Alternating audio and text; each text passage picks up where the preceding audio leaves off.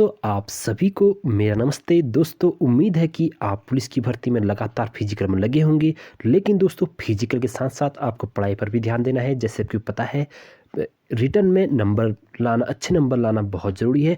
तो पिछली बार का पुलिस का पेपर कैसा था, आओ देखते हैं, स्टार्ट करते हैं। और आपको इस प्रश्न में कितने प्रश्न आए अवश्य चेक करना। अगर और चैनल पर पहली बार आए होंगे तो कृपया चैनल को लाइक शेयर सब्सक्राइब अवश्य कर देना।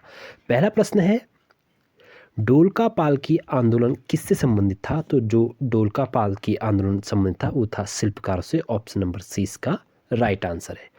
1857 के विद्रोह के प्रस्फुटन के समय कुमाऊं के कमिश्नर कौन थे? तो कुमाऊं कमिश्नर कौन थे? Sir Henry Ramsay. Option number B इसका राइट आंसर है। अगला प्रश्न है, मथुरा प्रसाद नैथानी एवं कुछ अन्य गढ़वालियों ने निम्नलिखित में से किस स्थान पर 1907 में गढ़वाल भ्रात मंडल की स्थापना की? तो इसका जो राइट आंसर है वो है ऑप्शन नंबर डी, लखनऊ में। प्रश्न नंबर 4, अल्मोड़ा में सबसे पहले प्रेस खोलने और समाचार पत्र प्रकाशित करने का श्रेय किसे जाता है? तो जाता है Buddhi Vallabh Pant. Option number C इसका राइट आंसर है। क्वेश्चन नंबर 5, कौन कुर्मांचल केसरी के नाम से प्रसिद्ध हुए? तो वो हुए आपके Badridatt Pande. Option number D. दोस्तों आपकी तैयारी चल रही होगी, आप अवश्य आपको चेक करना कि आप अभी तैयारी कैसे चल रही है आपकी। अगर ये पेपर या ऐसा ही पेपर आपके पास आ जाता तो आपके कितने नंबर आते अवश्य चेक करना। और दोस्तों एक और आपसे बहुत बड़ी मेरी रिक्वेस्ट है कि अगर आप पुलिस की फिजिकल की तैयारी कर रहे हैं तो साथ साथ में हमेशा 2-3 घंटा कंटिन्यूसली अपनी पढ़ाई पर भी फोकस करें।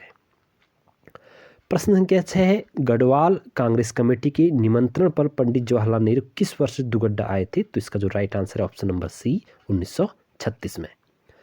अगला प्रश्न, सविनय अवज्ञा आंदोलन के दौरान अल्मोड़ा नगर पालिका भवन पर तिरंगा झंडा फहराने वाले में निम्न से कौन शामिल नहीं थी? तो नहीं थी को हमेशा अपने माइंड चले, है और थी। नहीं को हम एक्चुअल में देखते नहीं है ठीक से। तो इसका जो राइट आंसर है तो ऑप्शन नंबर बी, होमवती देवी। देखो क्यों, देख तो आपको समझ में आ रहा होगा कि होमवती कोई नाम होता ही नहीं है ऐसा नाम, तो होमवती देवी उनमें से नहीं थी। गंगा का निर्माण किन नदियों की संगम का परिणाम है? तो आपको आना चाहिए उत्तर कहाँ से शुरू होता है? देवप्रयाग से, भागीरथी और अलकनंदा से। ऑप्शन नंबर ए इसका राइट आंसर है।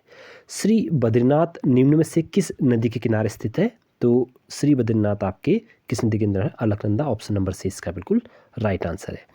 बागेश्वर किसके तट पर स्थित है? तो बागेश्वर आपके सरयू व गोमती के संगम पर स्थित है। ऑप्शन नंबर डी इसका राइट आंसर है। अगला प्रश्न है, निम्नलिखित में किसने गढ़वाल की दिग्वंत विभूतियां पुस्तक को रचना की है? तो की आपकी भक्त दर्शन। ऑप्शन नंबर सी इसका राइट आंसर है। प्रश्न नंबर नेक्स्ट है, 1921 में किस स्थान पर गढ़वाल कांग्रेस कमेटी के कार्यकर्ताओं की बैठक की अध्यक्षता पुरुषोत्तम दास टंडन ने की थी? तो इसका जो राइट आंसर है वो ऑप्शन नंबर ए, दुगड्डा।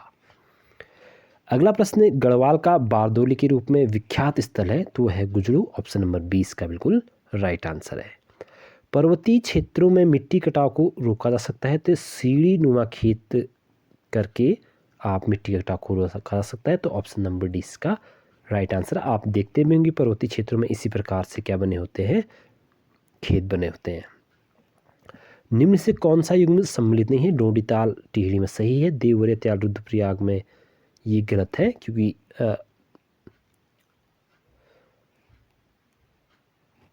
हाँ, क्योंकि ये जो है उत्तरकाशी में है। देवरिया ताल और देवताल अलग अलग है। तो ऑप्शन नंबर 20 का राइट आंसर है। निम्न से कौन सा दर्रा गोरी जलागम से संबंधित नहीं है? तो जो गोरी जलागम से नहीं है, मूलिंगा दर्रा, क्योंकि ये उत्तरकाशी में। ऑप्शन नंबर सी इसका राइट आंसर है। अगली प्रश्न, निम्नलिखित से हिमनद एवं जनपद में कौन से युग्म सही सुमेलित नहीं है? कफनी बागेश्वर में सही है, रावण पिथौरा में सही है, खतलिंग उत्तरकाशी में गलत है क्योंकि ये कौन सा कहाँ है? टिहरी में है। ऑप्शन नंबर सी इसका राइट आंसर है। उत्तराखंड विधानसभा में अनुसूचित जाति के लिए कितनी सीटें हैं? अनुसूचित जनजाति की बात हो रही है तो जो अनुसूचित जाति है उनके लिए 13 सीटें हैं और जो अनुसूचित जनजाति है उनके लिए 2 सीटें हैं। तो ऑप्शन नंबर 20 का राइट आंसर है। निम्न में से किस मुख्यमंत्री द्वारा उत्तराखंड में पंचायतों में महिलाओं का आरक्षण 33% बढ़ाकर 50% कर दिया था? वो ऑप्शन नंबर बी, भुवन चंद्र खंडूरी। दोस्तों चैनल पर पहली बार आए होंगे तो कृपया चैनल को अवश्य लाइक शेयर सब्सक्राइब अवश्य कर देना और आपको इसमें से प्रश्न में से कितने प्रश्नों के उत्तर आपके सही हुए एक बार कमेंट में अवश्य कमेंट कर देना। उत्तराखंड विधानसभा के प्रथम मनोनीत सदस्य निम्न में से कौन थे? तो मनोनीत सदस्य थे Shri Russell Valentine Gardner. Option number A इसका राइट आंसर है। अगला प्रश्न, निम्न में से कौन उत्तराखंड के पहले मुख्यमंत्री थे? नित्यानंद स्वामी पहले मुख्यमंत्री थे। अगर पूछा जाता कि पहले निर्वाचित कौन थे तो नारायण दत्त तिवारी। अगला प्रश्न, उत्तराखंड विधानसभा के प्रथम अध्यक्ष कौन थे? तो Prakash Pant. Option number C इसका राइट आंसर। दोस्तों पेस्ट जिला का पेपर बहुत आसान, हम कह सकते हैं आसान आया था जो लोग डीपली तैयारी कर रहे थे, लेकिन वही होता है कि जब पेपर आसान बनता है तो लगभग सबके लिए एक जैसा आसान बन के आता है, मॉडरेट बनता है तो एक जैसा सबके लिए मॉडरेट, कठिन होता है तो सबके लिए एक जैसा ही होता है। जो विद्यार्थी अच्छी तैयारी कराता है उसके लिए हमेशा ही बेनिफिट होता है। अगला प्रश्न, उत्तराखंड की राज्यसभा में सदस्यों की संख्या कितनी है? तो इसका ऑप्शन नंबर 3 बिल्कुल राइट आंसर है, यानी कि ऑप्शन नंबर बी। जमींदारी उन्मूलन और भूमि सुधार अधिनियम उत्तराखंड में निम्न में से किस वर्ष लागू किया गया? तो ऑप्शन नंबर डी यानी कि 2021 में। उत्तराखंड में नंदा देवी शिखर की ऊंचाई क्या है? तो वह है 17,817 मीटर, यानी कि ऑप्शन नंबर ए इसका। उत्तराखंड में जो नंदा देवी शिखर की ऊंचाई है वो है 17,817 मीटर। ऑप्शन नंबर ए इसका राइट आंसर है। अगला प्रश्न है, भारतीय हिमालय की पश्चिमी व पूर्वी सीमाएं क्या है? तो पश्चिमी सीमा नंगा पर्वत से नामचा बरलवा। ऑप्शन नंबर बी इसका राइट आंसर है। निम्नलिखित जनपदों में से नंदा देवी शिखर इसमें किसमें स्थित है? नंदा देवी शिखर है चमोली में। ऑप्शन नंबर ए इसका राइट आंसर है। अगला प्रश्न है, उत्तराखंड के किस क्षेत्र में पहली व्यावसायिक अंतरिक्ष स्तनजी जागरूकता वेधशाला स्थापित की गई? तो होगी आपके ऑप्शन नंबर बी गढ़वाल में। नीति आयोग द्वारा अगस्त 2022 में उत्तराखंड के किस जिले को भारत का सर्वश्रेष्ठ आकांक्षी जिला घोषित किया गया? तो उस समय का यह जो इम्पोर्टेंट करंट अफेयर होते हैं, तो ऑप्शन नंबर ए इसका उत्तर है हरिद्वार। अगला प्रश्न, भारत के प्रथम रक्षा सेवा प्रमुख जनरल विपिन रावत इनमें से किस जिले से हैं? तो पौड़ी से। ऑप्शन नंबर ए इसका राइट आंसर है।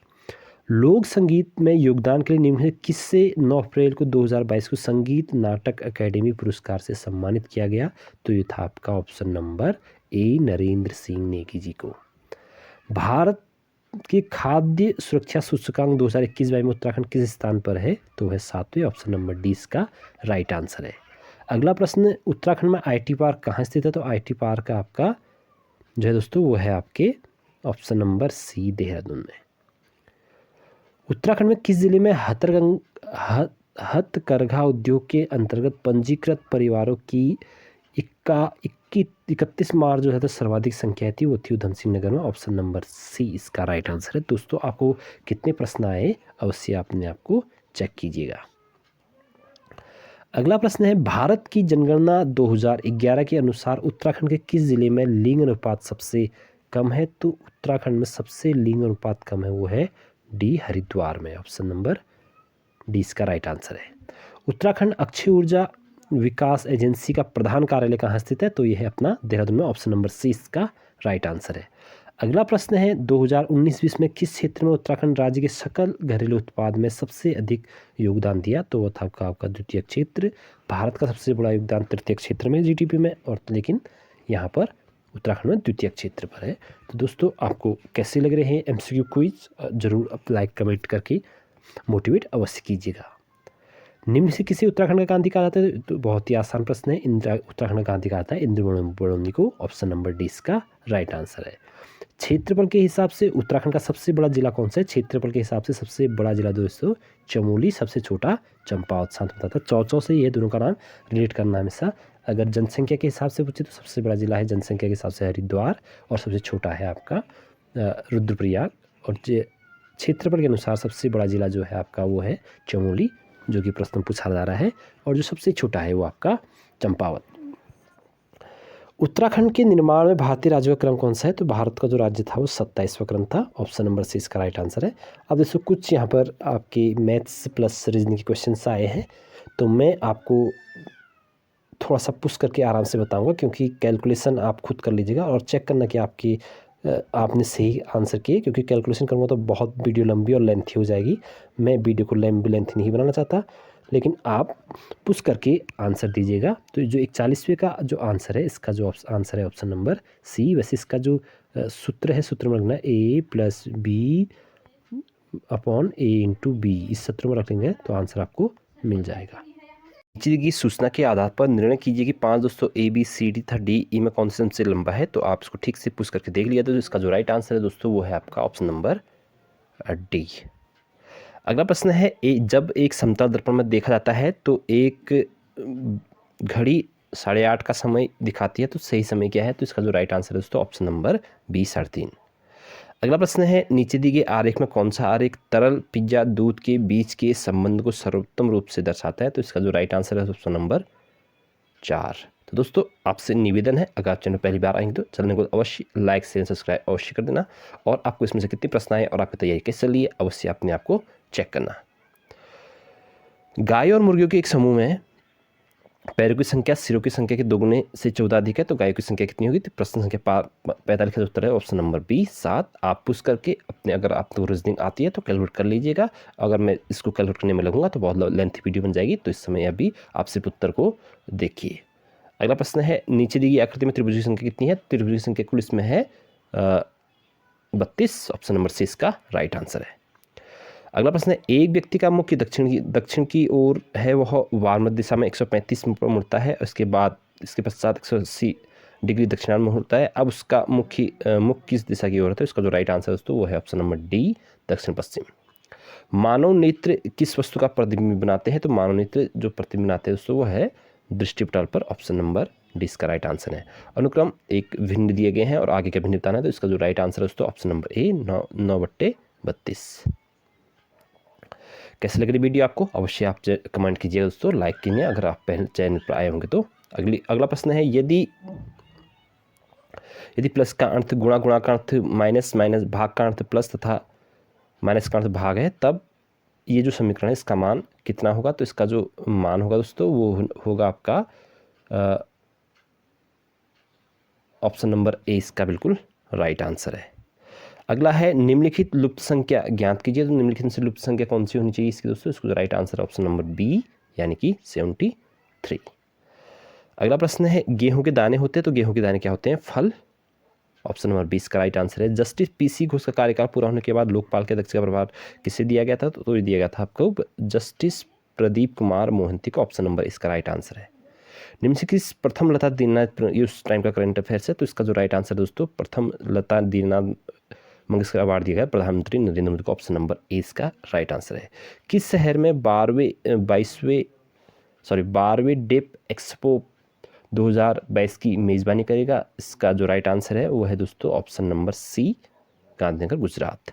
अगला प्रश्न, निम्न से किसने जनवरी 2022 में आयोजित सैयद मोदी अंतर्राष्ट्रीय टूर्नामेंट महिला एकल खिताब जीता था। तो इसका जो राइट आंसर दोस्तों वो है आपका ऑप्शन नंबर ए पीवी सिंधु। दोस्तों उस समय के करंट अफेयर्स थे। इस वाले प्रश्न पत्र में बहुत सारे करंट अफेयर्स पूछे, लगभग 10 नंबर की करंट अफेयर्स प्रश्न बनाई थी, 10 नंबर की रीजनिंग आई थी इसमें, और 40 नंबर 80 नंबर तो ऐसे आपके आ जाते हैं। 80 नंबर के ऐसे आप मतलब आने की बात नहीं कर रहा हूँ, मतलब 80 नंबर का आपके ऐसे आते हैं। 20 जो और जो जीएस बचता है उसमें से प्रश्न आते हैं।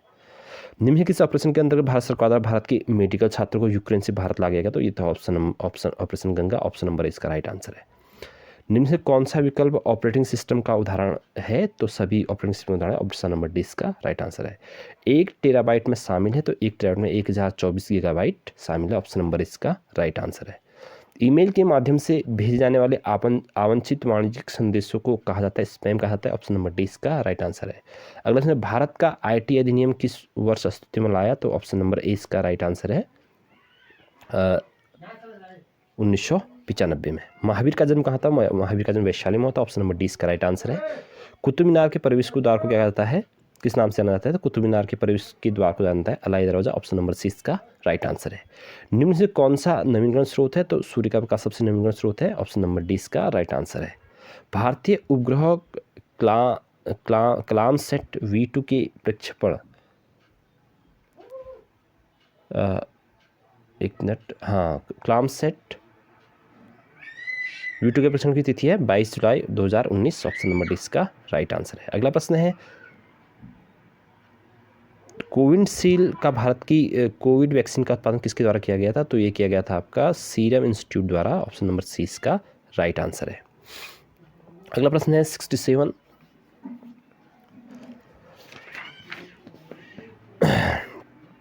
भारत वन स्थिति सर्वेक्षण 2000 के अनुसार निम्नलिखित राज्यों में से किस एक पर सर्वाधिक वन है? तो इसका जो राइट आंसर है वो दोस्तों ऑप्शन नंबर सी छत्तीसगढ़। मिट्योर अभियान निम्न से किससे संबंधित है? मिट्योर अभियान संबंधित प्रशांत महासागर की गहराई की मापने से संबंधित है। ऑप्शन नंबर इसका राइट आंसर। शिव समुद्रम जलप्रपात किस नदी के स्थित है? तो ये है आपकी कावेरी। ऑप्शन नंबर सी इसका राइट आंसर है। अगला प्रश्न है निम्न से कौन सा लोकसभा का प्रथम अध्यक्ष था? तो प्रथम अध्यक्ष थे जीवी मालवंकर। ऑप्शन नंबर 20 का राइट आंसर। बहुत इंपॉर्टेंट प्रश्न है, बहुत बार प्रश्नों में पूछा जा सकता है।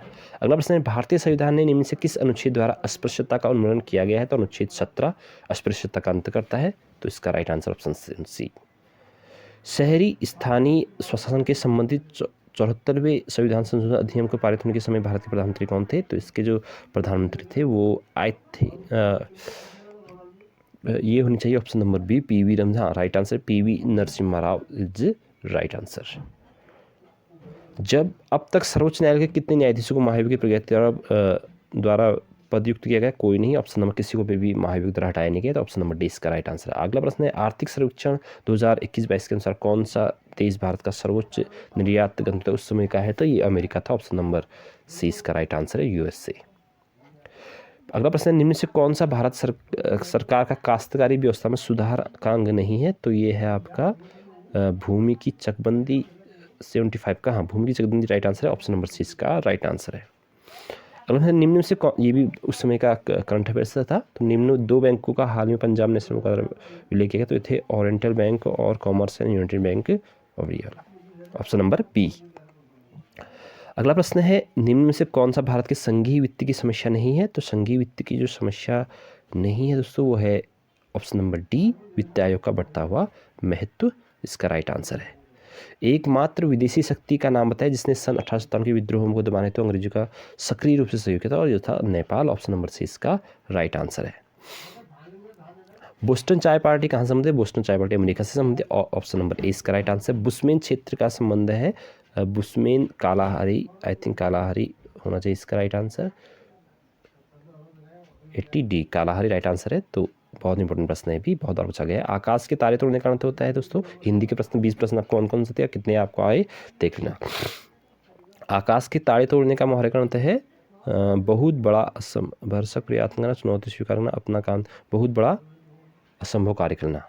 टिप्पण की भाषा होनी चाहिए, टिप्पण की भाषा वस्तु प्रधान चाहिए। ऑप्शन नंबर सी इसका राइट आंसर है। शब्दावली का अर्थ होता है शब्दों की भाषा की केंद्रीय भाषा शब्दों का समूह। ऑप्शन नंबर डी इसका राइट आंसर है। कंप्यूटर के संदर्भ में चाणक्य क्या है? चाणक्य एक फॉन्ट का नाम है, ऑप्शन नंबर सी।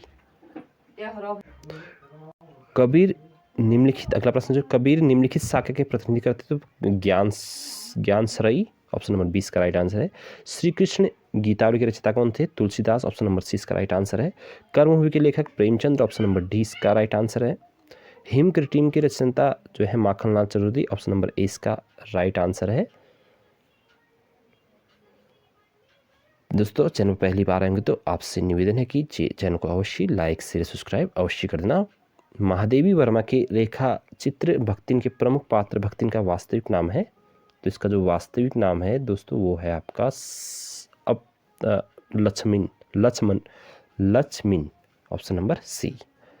भारतीय आर्य भाषा के विकासक्रम में पाला व प्राकृत के उपरांत तीसरी भाषा कौन सी है? तो अपभ्रंश। ऑप्शन नंबर सी इसका राइट आंसर है। कुमाऊं बोली का प्रमुख क्षेत्र कौन सा है? कुमाऊं बोली का प्रमुख क्षेत्र नैनीताल और Almora. Option number B. Devanagari लिपि का जन्म हुआ था, देवनागरी लिपि का जन्म ब्राह्मी से हुआ। ऑप्शन नंबर सी इसका राइट आंसर है। जब वाक्य लिखते वक्त कोई अंश छूट जाता है उसको प्रदर्शित करने के लिए हंसप्रत। ऑप्शन नंबर डी इसका राइट आंसर है। मतलब कि अगर कहीं हम लिख रहे हैं और कहीं पर कुछ छूट, जैसे हमने लिखा राम का लड़का रोहन था, तो राम हमने का नहीं लिखा, तो का की जगह पर अगर छूट जाता है तो वहाँ पर एक ही वाला चिन्ह बनता है, वहाँ पर हम ऊपर का लिख देते हैं। इस चिन्ह को कहा जाता है हंसप्रत।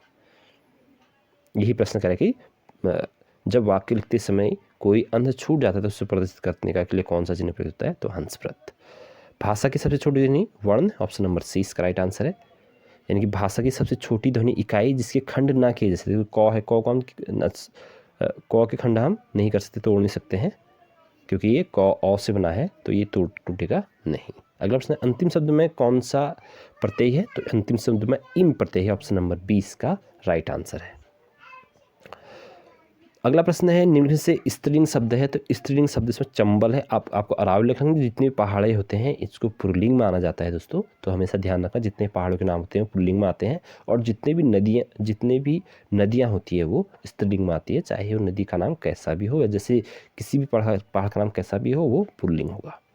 रेलगाड़ी जो शब्द है वो दोस्तों है आपका हिंदी प्लस अंग्रेजी का, यानी कि ऑप्शन नंबर 20 का राइट आंसर है। निम्न में से अग्नि का पर्यायवाची नहीं है, तो आपको बताना चाहिए अनिल जो है, इसका अनिल जो है हवा का पर्यायवाची है। ऑप्शन नंबर सी इसका राइट आंसर है। आज का जो लास्ट प्रश्न है वो है, लास्ट के 2 प्रश्न है, सदानंद में कौन सी संधि? तो सदानंद में ऑप्शन नंबर ए व्यंजन संधि है।